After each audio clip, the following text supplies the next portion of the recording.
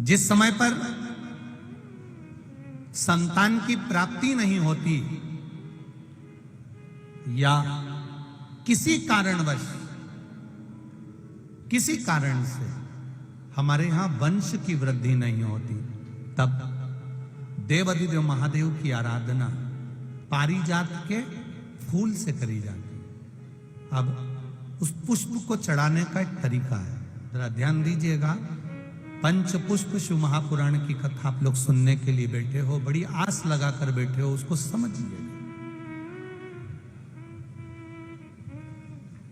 पारिजात का जो फूल शिव जी को चढ़ता है, भगवान देवाधिदेव महादेव को चढ़ता है, जैसे ये शिवलिंग है, मान लो ये शंकर भगवान का शिवलिंग है, ये जलाधारी है, ये जल नीचे गिरने का स्थान। आप लोगों ने पहले कथा सुनी है ना सबने, आपको सबको मालूम होगा। राइट में गणेश जी का स्थान, लेफ्ट में कार्तिकेय का स्थान, बीच में अशोक सुंदरी की जगह। जहां पर यह शिवलिंग रखा है वो माता पार्वती जी का हस्त कमल, शिवलिंग के रूप में, शंकर भगवान के रूप में यह शिवलिंग है।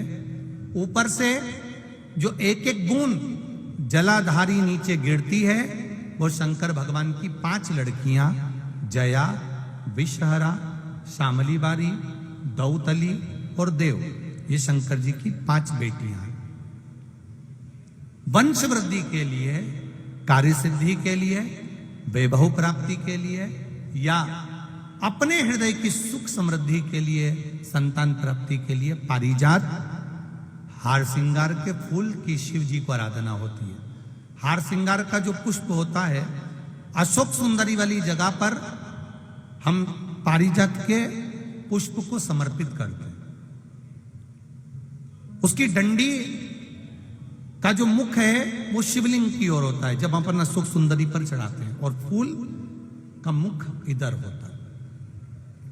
वापिस उसी पारिजात के पुष्प को उठाकर हम माता पार्वती जी के हस्त कमल पर, जो गोल हस्त कमल है, वहां समर्पित करते हैं।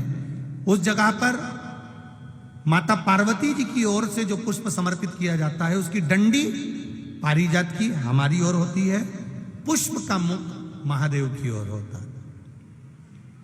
तीसरी जगह जब हम पारिजात के पुष्प को अशोक सुंदरी पे से उठाकर जगत जननी के हस्त कमल पर रखते हैं, हस्त कमल पे से उठाकर देवाधिदेव महादेव के शिवलिंग पर रखते हैं, उस समय पर पारिजात के पुष्प की डंडी शिवलिंग के ऊपर होती है और फूल का मुख अपनी ओर होता है। इस जगह पर पारिजात के पुष्प की डंडी के केसर से ही महादेव को त्रिपुंड लगाया जाता है और महादेव से प्रार्थना करी जाती है। अब पारिजात के फूल का केसर कैसे बनाना है वो भी एक बार आप लोग अच्छे से समझे। जैसे मान लो अभी पारिजात का तो फूल यहां पर नहीं है, पर आप टीवी पर दर्शन कर रहे होंगे। पारिजात पुष्प की जो पीछे की डंडी होती है, फूल सफेद और पीछे जो डंडी होती है नारंगी कलर की, केसरिया कलर की, उसको तोड़ लिया जाता है। तोड़कर ऐसी 25-50 फूल की पीछे की डंडी को तोड़कर उसको रख दिया जाता है। उसको धूप में नहीं सुखाते, केवल घर में उसको एक कटोरी में या थाली में रख दो, वो धीरे धीरे सूख जाएगा। सूखने के बाद उसको पीस लो, पीसकर उसका चंदन तैयार हो जाएगा पारिजात फूल की उस डंडी का। और जिस समय वंश के लिए, सिद्धि के लिए, कार्य सिद्धि के लिए या वैभव प्राप्ति के लिए हम पारिजात का पुष्प देवाधिदेव महादेव को समर्पित करते हैं, उस समय इसी को पानी में घोलकर देवाधिदेव महादेव को जब आप लगाएंगे तो जैसे केसर घुलती है, केसर का जैसे कलर होता है, केसर जैसी सुगंध करती है, वैसे की वैसे ही ये पारिजात की जो डंडी आप लोगों ने सुखाई है, वही डंडी का जो चंदन बनाया है, शिव जी को लेपन करा है, उस समय पर अपने हृदय की बात आपने जो देवाधिदेव महादेव को कही है, बस वही सुगंध हमारे जीवन में आना प्रारंभ हो जाती है। वो पारिजात हार श्रृंगार अब जरा ध्यान दीजिएगा, हार श्रृंगार के पुष्प, पारिजात का जो पुष्प है, सोमवार की अष्टमी पड़ने पर यदि हम देवाधिदेव महादेव की पारिजात के फूल से आराधना करते हैं, स्मरण करते हैं, तो उसका फल भी हमें अधिक प्राप्त होता है। पारिजात का पुष्प, हम तो यहां तक कहेंगे अगर आपके यहाँ हार श्रृंगार का पेड़ लगा हो, पारिजात का पुष्प यदि आपके यहाँ होता हो, रात को खिलता है, सवेरे मिलता है, ऐसा पारिजात का अगर वृक्ष आपके यहाँ लगा हो तो प्रयास करना। 12 महीने शिवरात्रि आती है, बोलो आती कि नहीं आती? आती है ना 12 महीने। 12 महीने शिवरात्रि आती है। कैलेंडर पर एक गोला बनाकर रख देना कि हमको ये शिवरात्रि आई है, हर महीने की शिवरात्रि तुम्हारे ध्यान में रहेगी। एक पारिजात का पुष्प, हार श्रृंगार का पुष्प, एक अगर देवाधिदेव महादेव को आपने चढ़ाना चालू कर दिया, समर्पित करना प्रारंभ कर दिया, तो आपको पीछे पलट कर देखने की जरूरत नहीं पड़ेगी, महादेव हाथ पकड़ ही रहता। पारिजात का पुष्प शिव को समर्पित हो।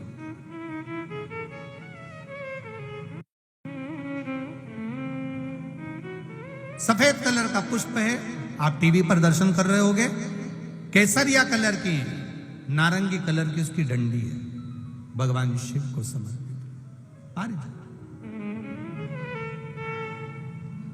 जब हम देवाधिदेव महादेव को जल समर्पित करते हैं, भगवान शंकर को जब हम जल चढ़ाते हैं, उस समय पर भी भगवान को, अगर तुम्हारे पास में थोड़ा सा पारिजात की जो डंडी है सुखाई है, आपने पारिजात फूल के नीचे की जो डंडी है उसको तुमने सुखाकर अगर चंदन बनाया है, तो वो चंदन आप प्रतिदिन भी देवाधिदेव महादेव को समर्पित कर सकते हो। पारिजात पुष्प।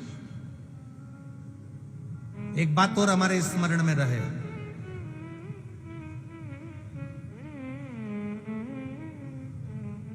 भगवान शिव को जो ये 5 तरह के पुष्प समर्पित करे जाते हैं, इन पुष्पों की डंडी जो पीछे लगी होती है, इसको तोड़ा नहीं जाता शिव जी को चढ़ाते समय। इसका स्मरण आपको रहे।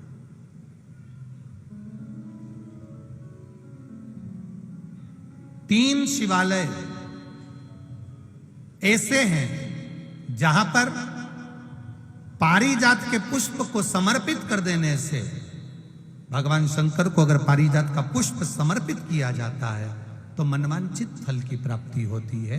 पहला, मां नर्मदा से निकला हुआ कंकर नर्मदेश्वर महादेव।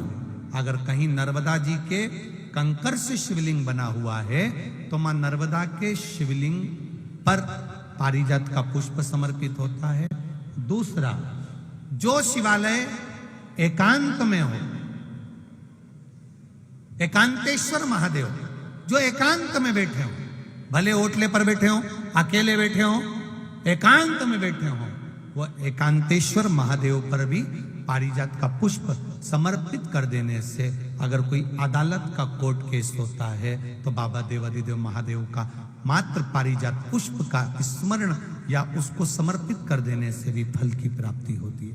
तीसरा, ऐसा शिवालय जो नदी के तट पर हो, सरोवर के तट पर हो, कुंड के तट पर हो, बावड़ी के तट पर हो, कुएं के तट पर हो।